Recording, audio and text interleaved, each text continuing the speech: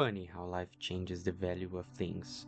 When everything is going well, even dark chocolate tastes boring.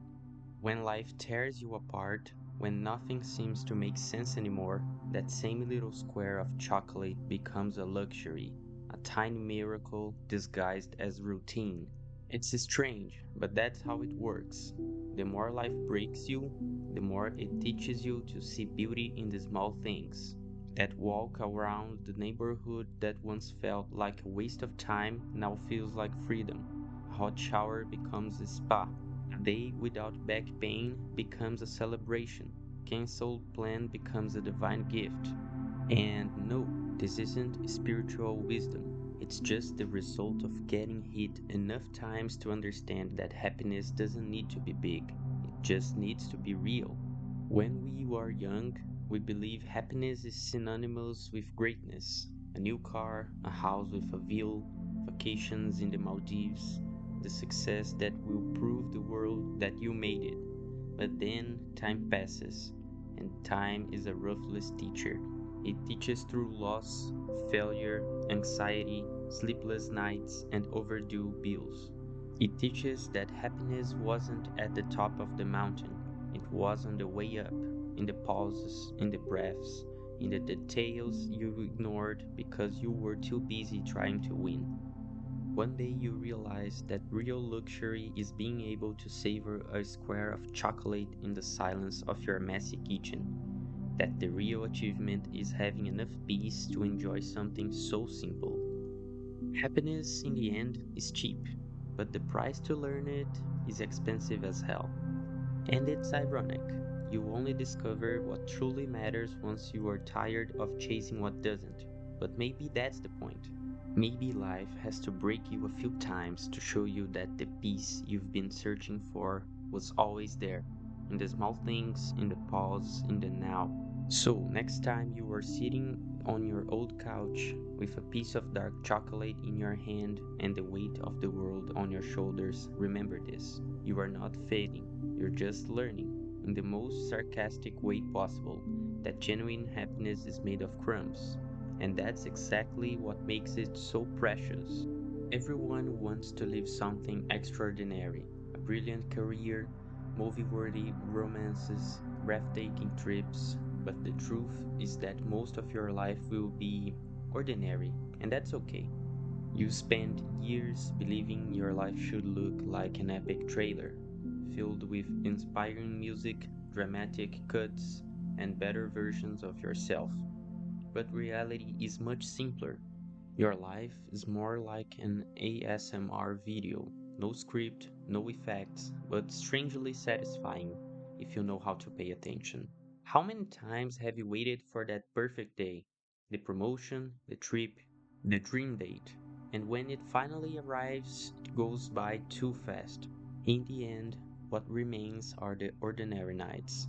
The ones where the peak of happiness is a hot shower and your biggest existential dilemma is deciding which show you are not going to watch.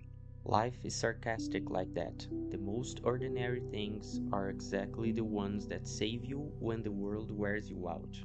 The hot shower doesn't judge you, doesn't demand from you, doesn't cancel you on last minute.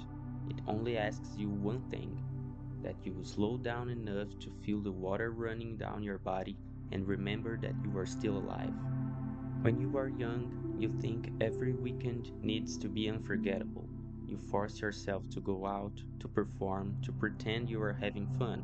But with time, you learn that a quiet Saturday is worth more than a party full of empty people, and that a Sunday with no obligations is the ultimate reward of adult life.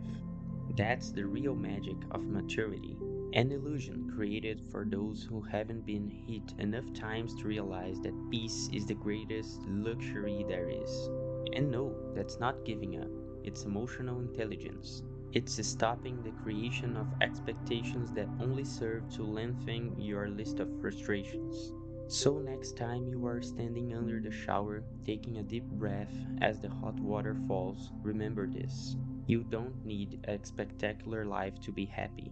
Your most glorious moment might actually be this one, the one that doesn't need an audience or applause. Happiness is that simple. Stop complicating things and go take a shower. Nobody wants to suffer. Everyone dreams of a light life where the biggest dilemma is choosing between pizza, fries, or a burger. But life is a sarcastic teacher. It doesn't hand you a menu. It sticks a finger in your wound and asks, "Learning anything now, Chan?" It's exactly at that point, when you're already on the ground, that the lessons that truly matter begin. Because only after walking through the darkest alleys of existence do you start seeing light, even in a cheap, blinking stoplight. Pain is an impatient, bad tempered, but necessary teacher. It slaps lessons into you that happiness would never dare whisper. Because when everything is fine, you become a spoiled critic, wanting the best restaurant, the best love, the best version of everything. But the moment life pulls your feet out from under you, you cry with gratitude over a hot coffee and a silent hug. Have you noticed how people who survived cancer, grief, or deep depression start talking fondly about cloudy skies or the smell of rain? It's simple. When life becomes a minefield, you learn to appreciate every patch of ground where you can still stand. Pain calibrates the soul, strips excess, quiets the noise, and points with brutal clarity. See this? This is really good. Enjoy it. Anyone who has restarted from zero know what it's like to look at an ordinary day and call it a miracle. But nobody posts that on social media. Pain doesn't get likes, and yet it's the only thing that truly teaches. Want to savor life? Then first, learn to digest suffering. Because only after losing someone do you understand the miracle of a hug. Only after sleepless nights does the silence of an ordinary afternoon sound like a symphony. And only after explaining yourself to someone who doesn't care do you see how special a sincere conversation truly is. Pain isn't poetic, it's ugly, raw, desperate, but it tears your script apart and puts you back into real life, where small things matter, where peace is a luxury item, and where a single sunbeam hitting your couch is reason enough to smile. In the end, it's not about liking pain. It's about understanding that the sarcastic, cruel teacher is the only one capable of showing you what truly matters. And if you are wise, you won't thank the pain itself, but what stayed inside you after it was gone. Have you ever seen an elderly person sitting in a park watching their grandchild play as if witnessing a NASA miracle? The kid kicks a rock, and the old man smiles like it's a natural wonder. And you think, isn't that a bit exaggerated? But it's not. The exaggeration is yours. You just haven't understood time yet. When we are young, everything feels trivial. Another Saturday, another visit to grandma's, another random day. But for someone who has watched time pass like a bulldozer, taking people, loves, and memories, every simple scene becomes a cosmic event. The difference is only one: the awareness of the end. The elderly know they might not see next Christmas, that the child playing in the sand may soon become just a memory. They look at life knowing each moment is on loan, and any carelessness might cost them an eternity of regret. So when they watch their grandchild, they are not seeing a kid tossing sand. They are seeing the continuation of their own story. They are seeing the child they once carried, now carrying another. They are seeing time in reverse. And that's why they smile with tears in their eyes. Because they've understood something youth is too arrogant to notice. Life isn't made of great moments, but of small ones you will never get back. You should enjoy it while you can. You've heard that 1,000 times and probably ignored every single one. But those who have lost, who have said goodbye, who have spent hours in hospitals and funerals, who have watched memories fade, they know the weight behind that sentence. It's not romanticism, it's survival. Old age hurts. The body fails, friends turn into gravestones, public health line takes forever, and yet There's a wisdom there that no book or motivational speaker can teach. It comes from the ability to, despite everything, still see beauty in what remains. So, when an elderly person tells you that happiness is in the simple things, they are not being cute.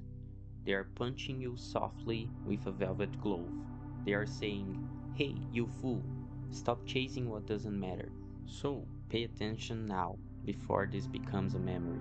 Because one day, if you are lucky, you will understand. You will remember your grandma's laugh, your father's Sunday lunch, your child asking to be held. And on that day, you'll be the old person on the bench, eyes wet, smiling with the urge to cry, while the world around you has no clue why. So write this down. Not expecting great things isn't giving up on life. It's freeing yourself from a script that was never yours. It's discovering that the basics, when you truly look, can be absurdly extraordinary.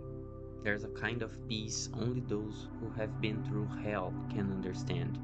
While many call an eventless day boring, some see it as a miracle.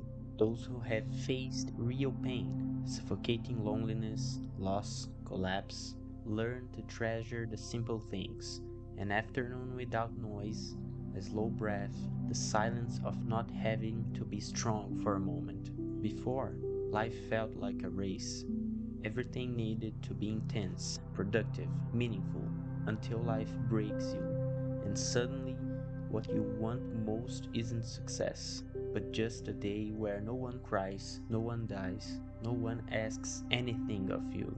Pain changes your measuring stick. You stop measuring happiness by explosions and start measuring it by absences. Absence of urgency, of noise, of pressure. Paradise becomes something that fits inside an ordinary Tuesday. A warm coffee, an open window, a soft breeze crossing the room. Those who have never suffered call you complacent, think you've lost your spark. But you know, you didn't settle for less. You freed yourself from excess. Life doesn't need to be a spectacle.